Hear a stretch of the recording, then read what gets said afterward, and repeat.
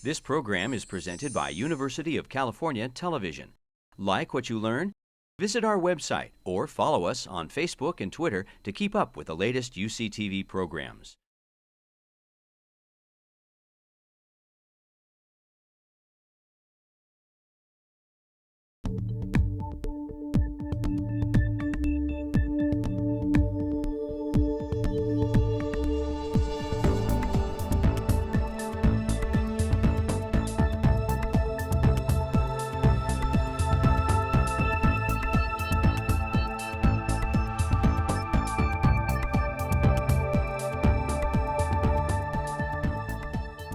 Welcome to A Conversation with History. I'm Harry Chrysler of the Institute of International Studies at the University of California at Berkeley. Our guest today is Ibrahim Turhan, who is the chairman and CEO of Borsa Istanbul, the Turkish Securities Exchange. He's also president of the Federation of Euro-Asian Stock Exchanges and a member of the World Federation of Exchanges Boards of Director. Ibrahim, welcome to our program. Thank you very much. Where were you born and raised? I was born in Izmir. It is the third largest city of Turkey, located at the shores of Aegean Sea, Mediterranean basically. And as the second child of my family, I have one elder brother. And I attended the primary school and secondary school in Izmir. And then I came to Istanbul during my high school. And I joined to the Lycée de Galatasaray, which is a Turkish high school where the education is in French.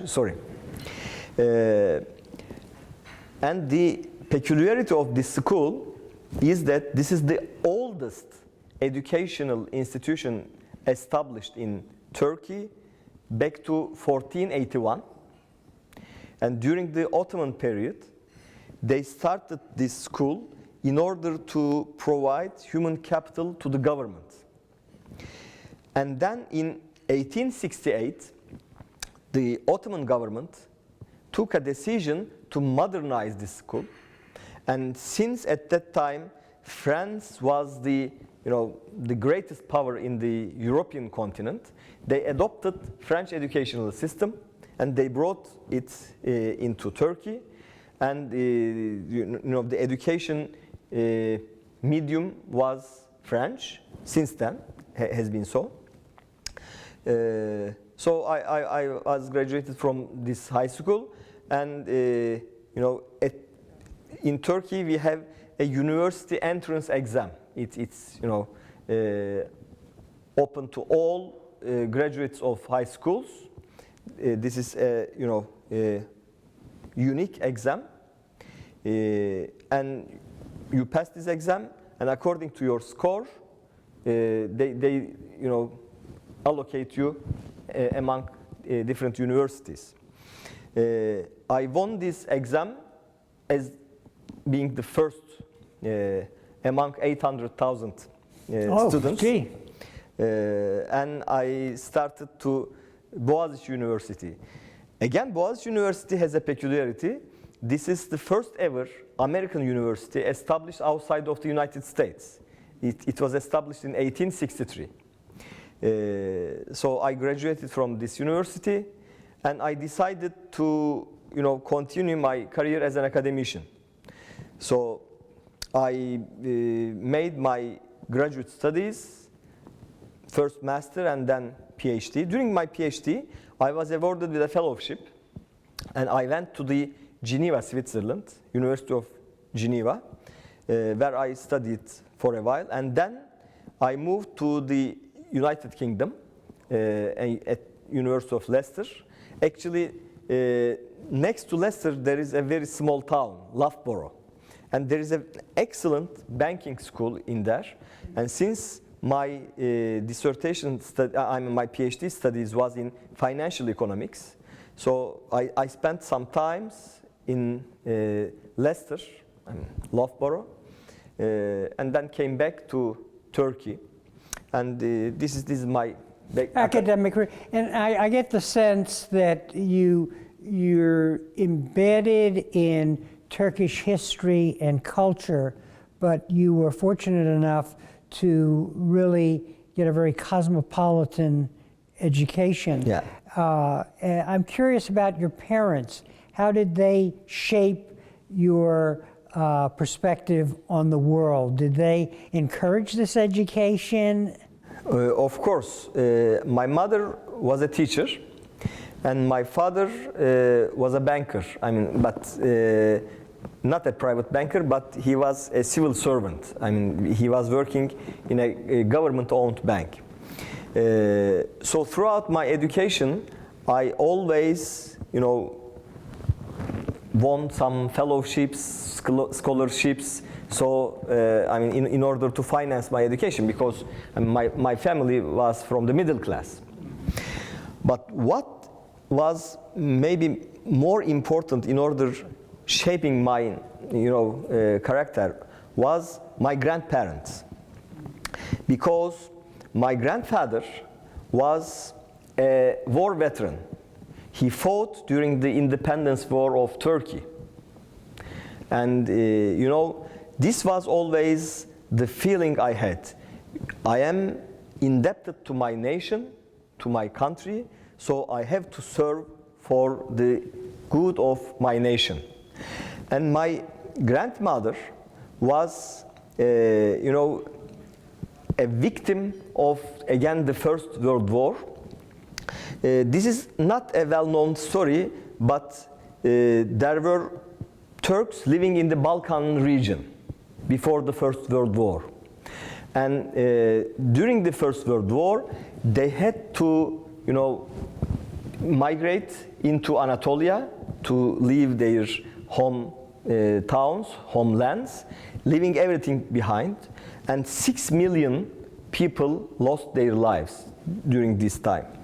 It was a disastrous time. But what I learned from my grandmother was that you should not remember those days with hatred, because we are all human beings. We had very good Christian neighbors, we had very good Jewish neighbors, and actually there is nothing different among us. But what makes people to fight with each other is politics. So, this was my understanding. And of course, my family encouraged me very much. They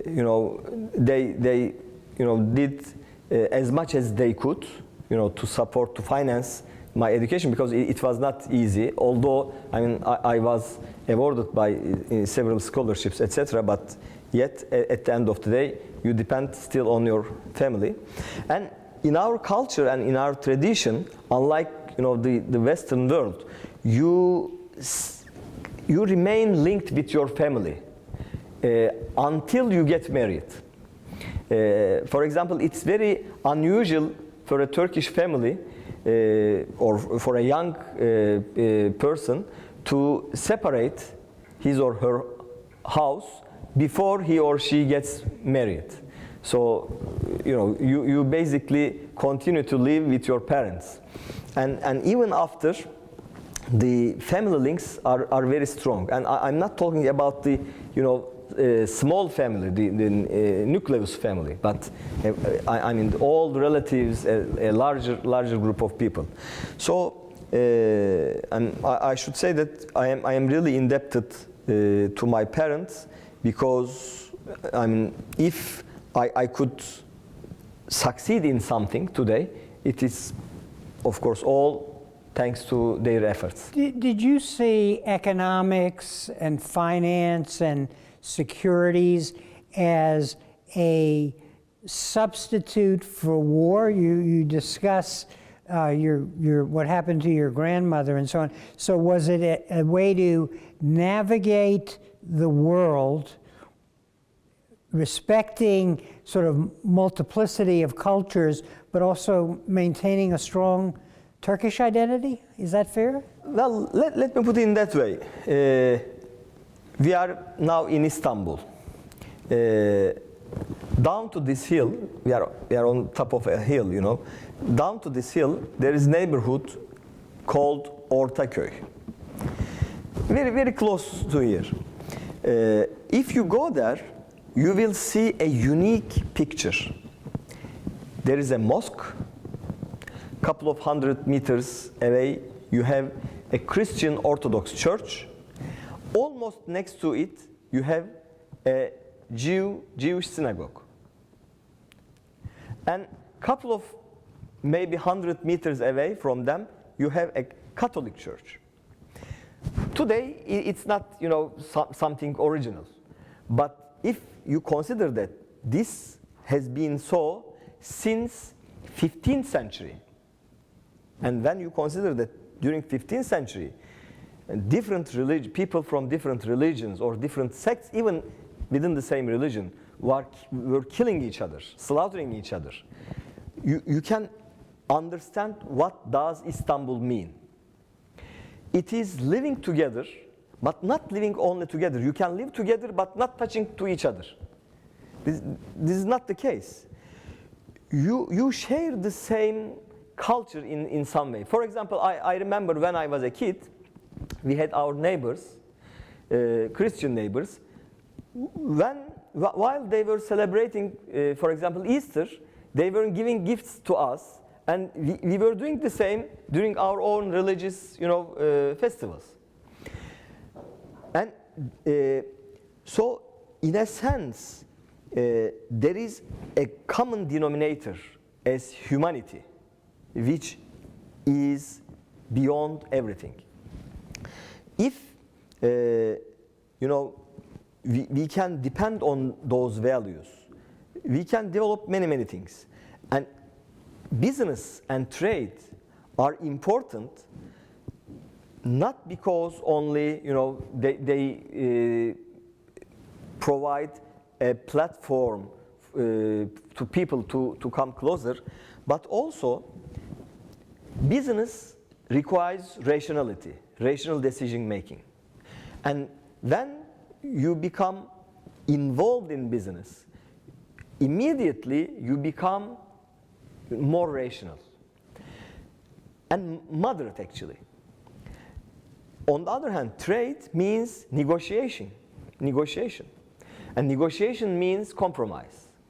So you give something and you get something. You cannot, you know, maximize everything, or you cannot accept giving everything to the other side. So it's a balance. So it, in a sense, trade and business teach you to, I mean, understand each other in a better way. And instead of fighting when there is a, you know, disagreement, find another way, you know, bridge over this disagreement. So I think this is important, not only for us, but also for all people living in this planet. You talked about family, and you've talked about rationality in business.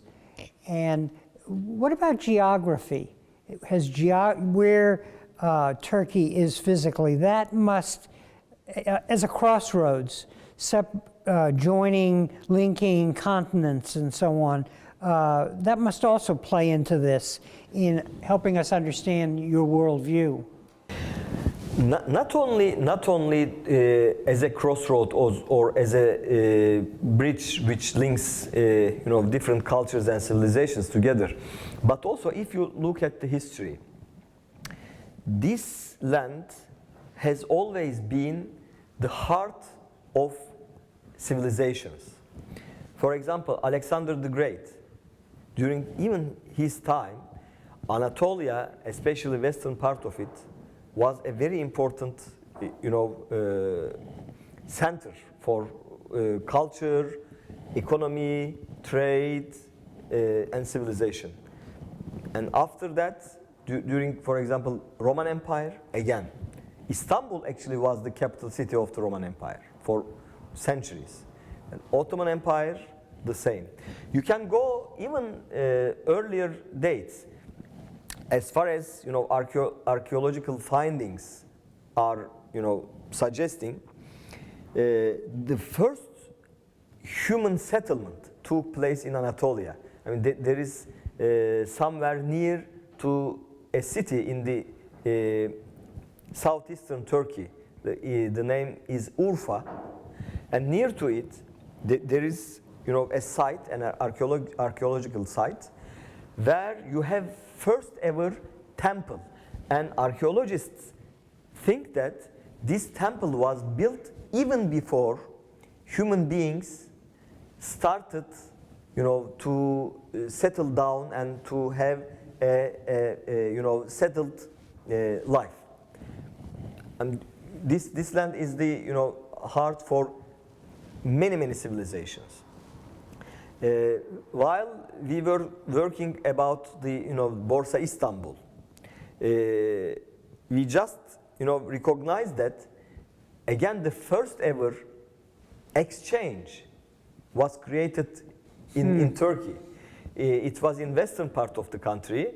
We have a city called Kütahya, and near to Kütahya you have Çavdarhisar Ayzanoi archaeological site. And this is where you have, they established the first exchange. Before, taking this job, I was working at the Central Bank of Turkey.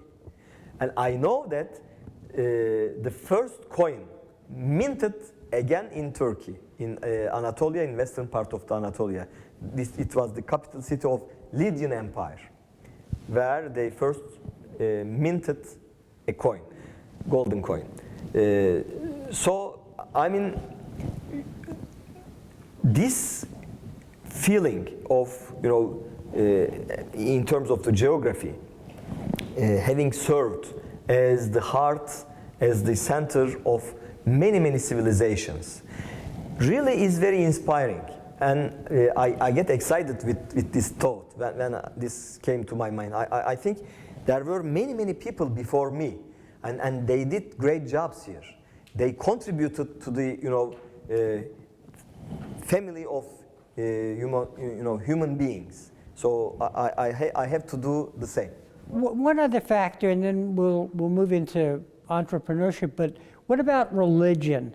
In other words, in the West, in the United States especially, there's a talk of a clash of civilizations. But what you're really talking about is the unifying elements that are also there in religions. 1913, 1914 was the centennial, of Balkan Wars, where my family suffered a lot. They lost many relatives. For example, my grandmother lost his father and his mother, and his family was, left in real trouble. So, and in 2012, I'm very close after I took this position. I was hosting, I mean not I, but Borsa Istanbul was hosting the Federation of European Stock Exchanges annual meeting here in Istanbul. And we prepared a gift to give all the participants. And it was a CD, actually 2 CDs, on Balkan music. One was in Turkish, and the other one was in all other Balkan languages: Bulgarian, Serbian, Greek, Romanian, etc. And I wrote an introductory, note in this gift. I said that, well, we as Turks, we lived 5 centuries in Balkans, and we share the destiny with people living there. Sometimes we saw the same river. We looked at the same mountain. same clouds. We fell in love with the same girl. And we made music out of those feelings. And look at those music. One is Turkish music, the other one is Bulgarian music or Serbian music or Greek music. How similar are they? They are, if you don't know the languages, you can even not differentiate between the melodicality. Because, I mean, this is aesthetics, and aesthetics is a derivation, a derivative of morality. If you share the same morality, you will have the same aesthetic taste, and you will produce the same music, even though, I mean, you belong different religion or different cultures. So, in the opening of 20th centuries, there are plenty of disasters, human disasters, everywhere. Not peculiar to this region, but many where. We did, as humans, we did many wrong things. But now, I think, in order to, remember, in order to honor, in order to commemorate those days, we should avoid very carefully to use the language of hatred. We should not mention, or we should not, cry slogans of blood, hate, and hostility. Instead, we should try to remember even those disasters with the common values. We shared a lot in the past, so we can do it again. So this is the key. The key to yes. respecting diversity and so on. Exactly.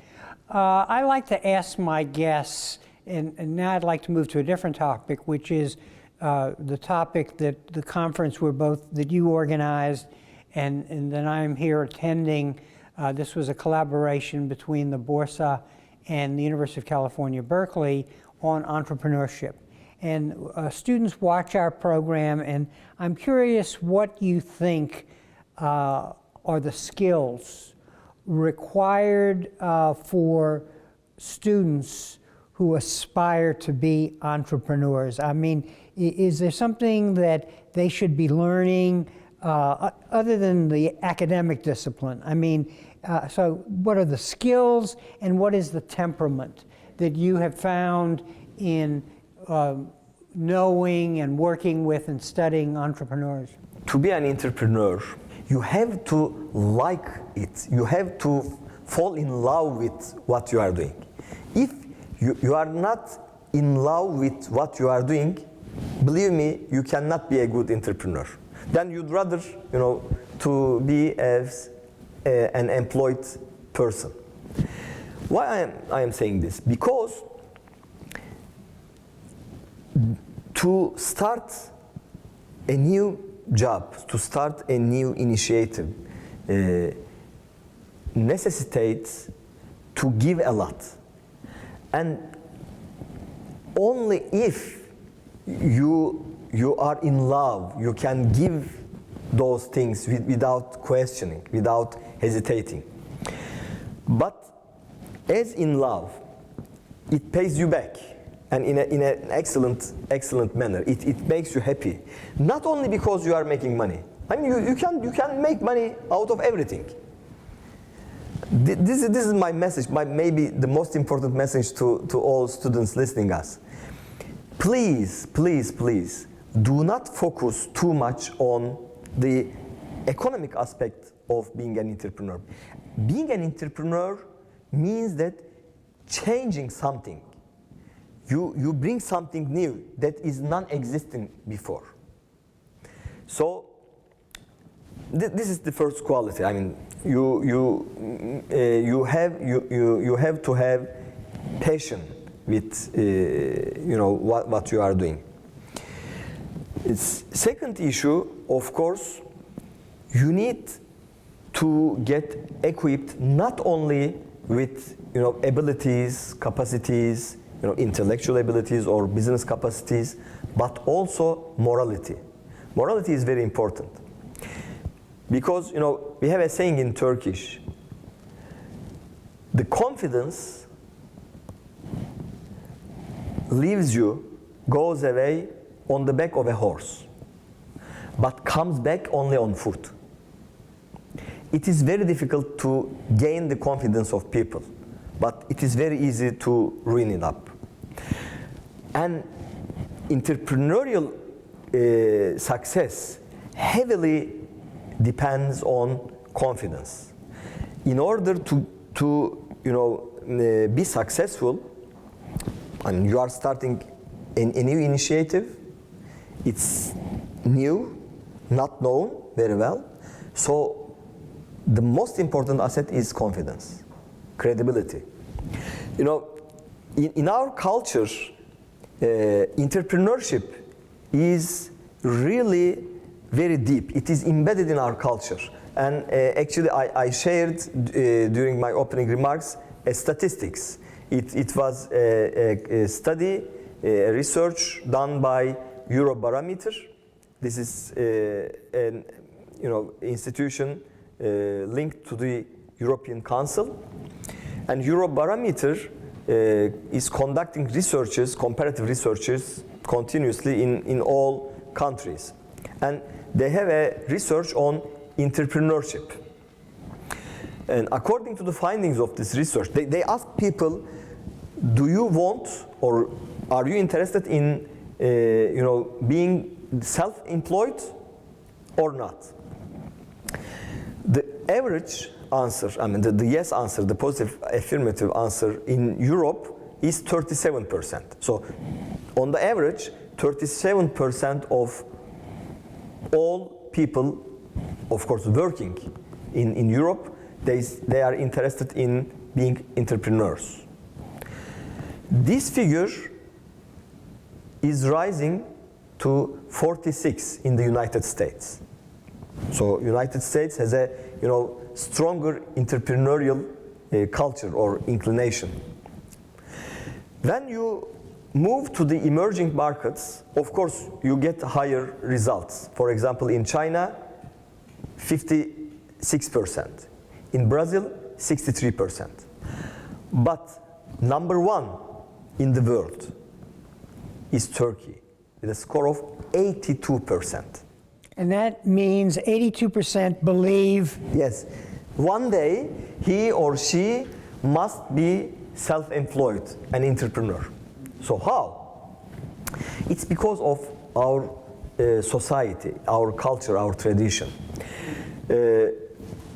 Maybe the predecessor of Turkish Republic was the Ottoman Empire. So Ottoman Empire is the first nation, actually not the first nation, but this is the empire we created in Anatolia as Turks. And the founder of this empire, and the empire was named after his name, Osman. His father-in-law was a merchant. Actually, he was the chief of a guild. But those guilds at that time, and this is taking place in the 13th century, were not only a business community, but there was a morality in it as well, a spiritual part, because it was like a brethren of the guild. They belonged to a Sufi order. I hope you know what is Sufi orders. Yeah. Yes. The motto of Sufi orders is being a perfect man, because we Muslims, we do believe that, and it is same in Christianity as well, and in Bible as well. God created man with his own image, reflecting the image of the God. So we do believe that man actually is perfect by nature, by creation. But afterwards, if you commit sins, you become, bad. But by nature, by creation, we accept that all humans are created perfect. So And the aim of this order is to regain this perfection, you know, and in order to do this, they follow a Puritan lifestyle. So very disciplined and hardworking, actually. So this Sufi guild order, the chief was the father-in-law of the founder of Ottoman Empire. So from the very beginning, between the merchant community, between the business community and the state, there was, you know, an interaction. Actually, while the government politics was shaping the political domain, those, you know, commercial communities, business communities were shaping the social domain. So, if you like, civil society. So, it may be somehow different from the, you know, Western practice, but this kind of civil society, organized civil society, has its roots very deep in the history in Turkey. And because of this, you know, small and medium-sized enterprises are very widespread all over the Turkey. And if you, for example, you walk in the streets, you will see small shops, you know, at the basement or, you know, ground level of almost all buildings in the classical parts of the cities, not the, you know, newly developed, you know, urban areas, but in towns or in older parts of the cities. So because everybody, by definition, you know, had this intention to become a businessman, to start a business, so to be an entrepreneur. But as I explained, this kind of business life was deeply linked with the morality of the Sufi order. So you have to be respectful to all created by God. Not only from your kind or from, your religion. If anything was created by God, the Almighty, you have to respect it. It may be, you know, a plant, it may be an animal, it may be a human being. And this is why, during the traditional times, each guild had a separate house in the town, and this was allocated to, you know, passengers. Assume that you are traveling. They were not asking you anything. You knock the door and you say, I am the guest of the God. When you say this, irrelevant with your religion or your ethnicity or your, you know, origin, you are welcome. So they host you, they provide you, shelter and food as much as you like. So this was their practice. So you're suggesting that embedded in Turkish culture and society is both trust and an ethical dimension, yes, layered on the rationality which you talked about in the business education. So my question is this an important foundation for creativity on the part of entrepreneurs? Does it then make it easier for them to take risks, to be creative, and to find new paths for business? I think so, because, you know, when you have good faith, then it improves your sentiment as well, your psychology as well. So, if you have a strong psychology, you will be more open to take risk. So, in a sense, it helps you to have more entrepreneurial abilities. And as I explained, maybe this is the reason why we have so many entrepreneurs in Turkey. Let's now talk about how you brought your education, your past, your values to the job of running the Borsa. And what I'm curious about, here is a very important institution for the future of Turkey. It's a securities exchange, that stocks and bonds and so on.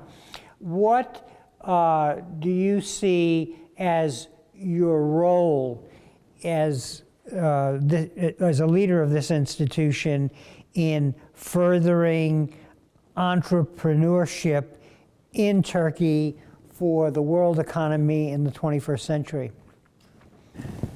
Let me ask you a question this time. When I say stock exchange, what is the image you have in your mind? Trading on Wall Street in the United States. Is it a positive image, or rather, a fat, ugly, capitalist kind of image? It's not, as an academic, it's not the most positive image, yes. This is exactly what I was expecting. In fact, this is wrong, because exchanges are the closest models within the modern capitalist economy to democracy. Why? Because, first of all, it's an open platform. It's open to everybody. It is a transparent platform. There is nothing to hide. In contrary, you force all the listed company to disclose all available information. And as you know, in theory of economics, we have an ideal model as perfect competitive markets. And of course, there is nothing such as perfect competition in the world of reality. But the exchanges, again, they are the closest marketplaces to a perfect competition model, simply because they are open, free entry, exit. You cannot determine prices. Prices are determined by supply and demand. I mean, if somebody attempts to manipulate the prices, it's a crime by definition, and he or she will be severely punished. And you should not get insider information. It is again forbidden. So actually, and there is another aspect. Look, we have big companies, large companies. They are making a lot of money.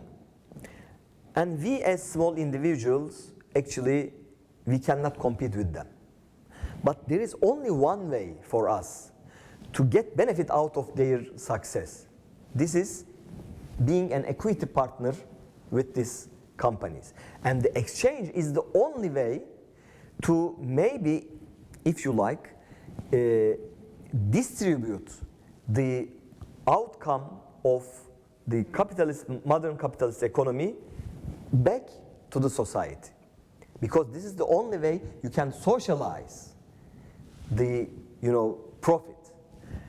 And it is, I think, interesting enough that this kind of participation is called equity participation.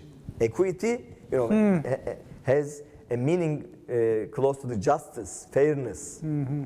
So this is really equity partnership. And I think this aspect of exchanges has to be more emphasized and actually enhanced, because other ways of financing, of course, I mean, I have full respect, this is part of the game, but in banking or other kind of financing mechanisms, you don't have the same abilities, or you don't have the same qualities. Also, through exchanges, you can provide financial support to startups. Assume that you have a brilliant idea, but you don't have money. If you go to a bank and ask for loan, they will most probably refuse you. Actually, there is a very funny story about it. I'm sure you know much better than myself, but it happened in 1911, if I'm not wrong, and it was about Henry Ford.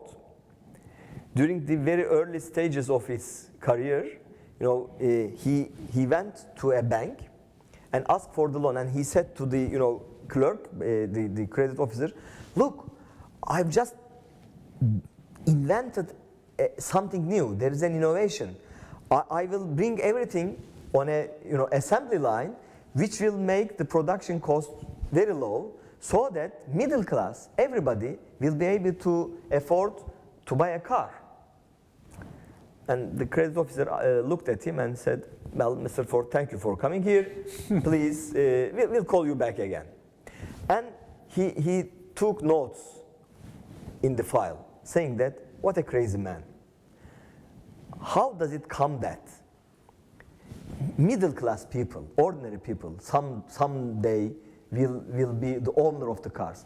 Car can be a very fancy luxury toy for only rich and crazy people, because we have horses." This is what he wrote down in the file. And he was not wrong, because banks are operating based on other people's money. It's a debt, it's an obligation. But when it comes to exchange, it's participation, it's partnership. So you share risk, you share profit, you share loss. And if you have smart enough to bring your idea into the phase of a project, business project, then you will be able to raise funds through business angels, crowd funds, venture capital companies, so on and so forth, early stage investors. But early stage investors depend heavily on exchanges, because this is the only way they can raise funds. So in a way, it's like a dating game. Yeah. You're matching people with the capital with the idea to make something new. Exactly. This is what we call our exchange. It's a matching site. It's interesting as you talk, because I think, as you pointed out, in the West, there's a cynical view of capitalism in a place like Berkeley, for example. And so what you're saying is that there's a uniqueness here that emerges out of a place like Turkey for bringing an ethical dimension and redefining the terms of what capitalism can be. So it's like drawing on your own culture and tradition, you're coming up with a different kind of model for the 21st century, which may be where the power of the emerging countries lies, basically. Is that fair? Well, you're saying this. Yeah. But I prefer to remain more humble. But, I'm from the West. But actually I was a board member of Global Economic Symposium. This is an European initiative, in order to discuss the economic problems of the globe. And in one of the meetings of this Global Economic Symposium, I brought an analysis. I made an analysis, and this was the following. Maybe this is because I am a graduate of a French school. I'm not French school, but we learned, of course, all French literature, French thinkers, etc.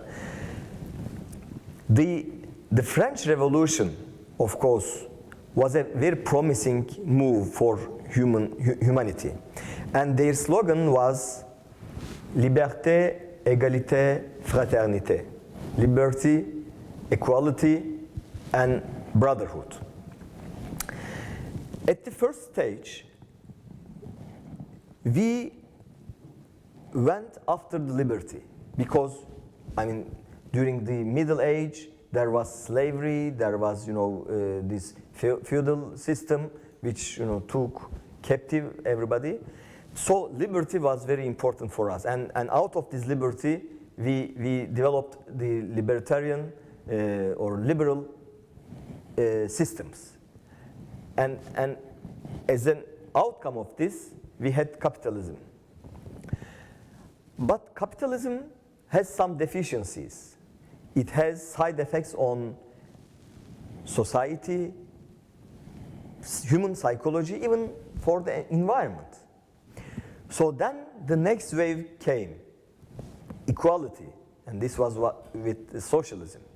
But this has some side effects as well, because it was adversely affecting creativity, or working, or even there was some misalignment with the human nature in terms of ownership, etc. But the last piece was always neglected: brotherhood, fraternity. And I think you can become only brothers and sisters with each other only thanks to a morality. If you are missing the morality, if you are missing this spiritual dimension, you can never create a brotherhood or sisterhood environment. And I think what we have been talking about, the Turkish traditional societal culture, social cultures, or values are important, because I think, or I hope, this is the missing piece of the puzzle. And I think all together as human beings, we can make much better. And we deserve this, and we are able to do this. I'm a political scientist, so I have to ask you, what about power in all of this? Because and this is universal, as there is success, groups, countries develop power, and they move backward in the sense of using that power to manipulate structures. Of course, there is nothing wrong with it, first of all. The only thing is that, you can use this power in a disciplined way, within the boundaries. For example, you are more powerful than a kid. Does this, make you, for example, beat those kids, or make something bad to this kid? Although you are more powerful, you refrain yourself to hurt the kid, which is weak and actually much weaker than yourself. Why? It's simply because of your morality. This is possible for individuals. Why not for societies? Why not for larger systems? And actually today, I think we are much closer to this understanding, because we are observing, we are witnessing that global systems are interconnected. For example, the pollution coming from one nation is not harming only people of this nation, but the whole planet Earth. And we are totally aware that this is the only place in this whole universe that human beings can live on. So we should care about our environment. We should care about our societies. And out of this, now there is a new actually concept that is flourishing: sustainability. And actually Borsa Istanbul is one of the very first 4 initiators of sustainable stock exchanges group. So it took place in 2012, June 2012, in Rio de Janeiro, during the UN plus 20, Rio plus 20 meeting of United Nations. I went there only to participate in this signing ceremony, and we signed together with Bovespa, Johannesburg, Nasdaq, and fourth was the Borsa Istanbul. We signed an agreement, and we made an announcement that we started an initiative that is sustainable stock exchanges. And what is the idea? The idea is that if a company you don't show respect to the environmental issues. You harm the environment. If you don't show respect to the social values, like not differentiating between gender, religious belief, ethnicity, etc. If you don't show respect for labor, if you don't show respect for basic human rights, etc. If you don't show respect for your own society, because as a company you are making profit, and what is the main meaning of the profit? You produce something, you put a price, you put a markup on top of it, and you sold it. So the profit is got out of the society. It's coming from the society. So you have to give it at least partially, part of it, back for the benefit of the society, your own society. This is called corporate citizenship or social responsibility. If you don't respect those issues, then investors will take a position against you. It will adversely affect the stock price of your company, because now we are much more aware about those values. So this is for your own benefit, even if you are selfish, as Adam Smith described, because what Adam Smith changed in the theory of economics was that even if you are selfish, you can work for the good of your society. And the same holds true here.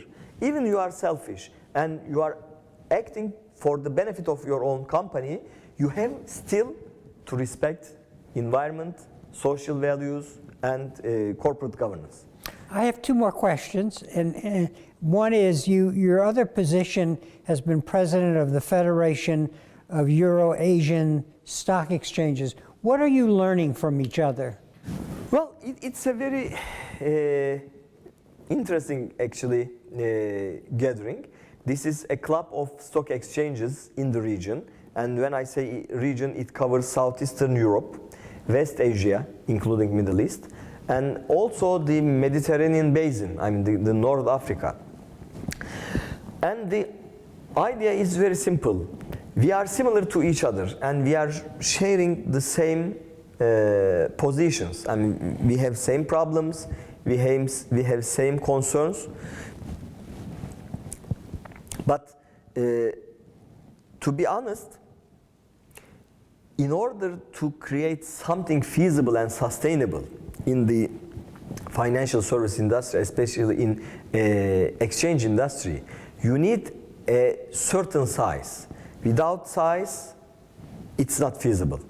But we are on our own, small, exchanges. So we should come together to form a larger, maybe pool to share, so that we will be larger, but still feasible. And this is the basic idea. So now we are trying to, connect all those exchanges to create a larger investment pool. And I think this will be very important, because, this region, Balkans, Caucasia, Central Asia, Middle East, North Africa, we have many problems. But this is not our destiny, because when I look at the history in the past, this is the cradle of civilizations. I mean, we have natural resources, we have human capital, we have a historical background, very rich with all, examples. So why shouldn't we, do better? So, but in order to, succeed in this project, of course, we need to come closer. We need to improve our, business environment, to make business more with each other, to learn how to compromise, and how to, live together without fighting each other. And I think capital markets are very critical in this regard as well, simply because This is the only way you can provide financial support to small and medium-sized enterprises, as I explained earlier. And what is SMEs? What SMEs stands for?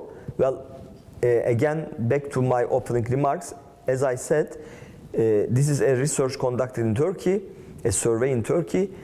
Almost 60% of SMEs. And SMEs are? Small and medium-sized enterprises. Yeah. Small and medium-sized enterprises. 60% of them are expecting to employ at least 5 more people in the 5 years period ahead of them. So employment, finding jobs is essential, because if a man loses his hope, then it becomes a very dangerous creature.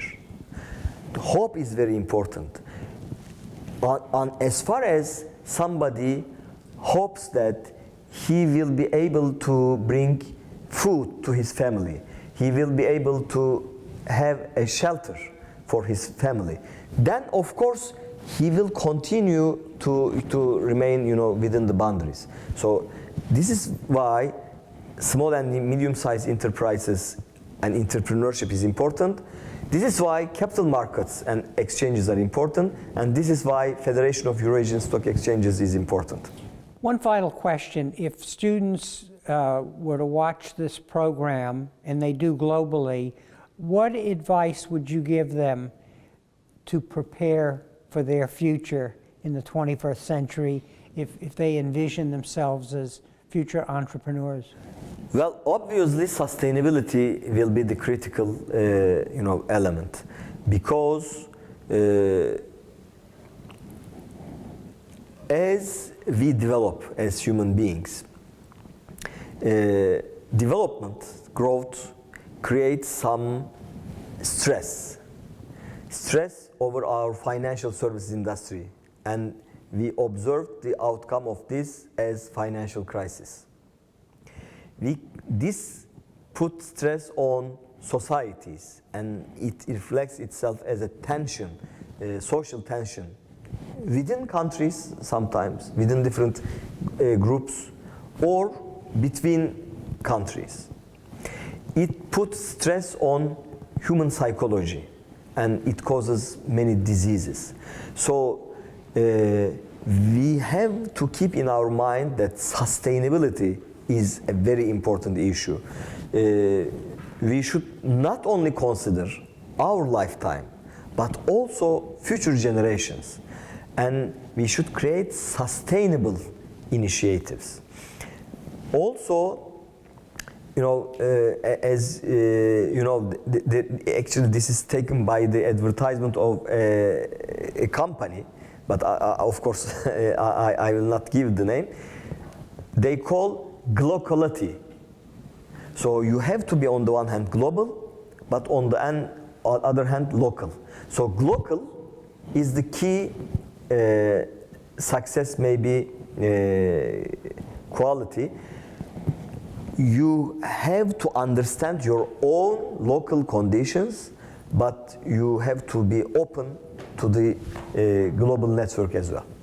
Well, on that note and reflections on the future, I want to thank you, Mr. Turhan, for being on our program and really sharing with us your perspective on Turkish capitalism, exchanges, and the ethical dimension that really can enlighten our understanding of capitalism. Thank you very much.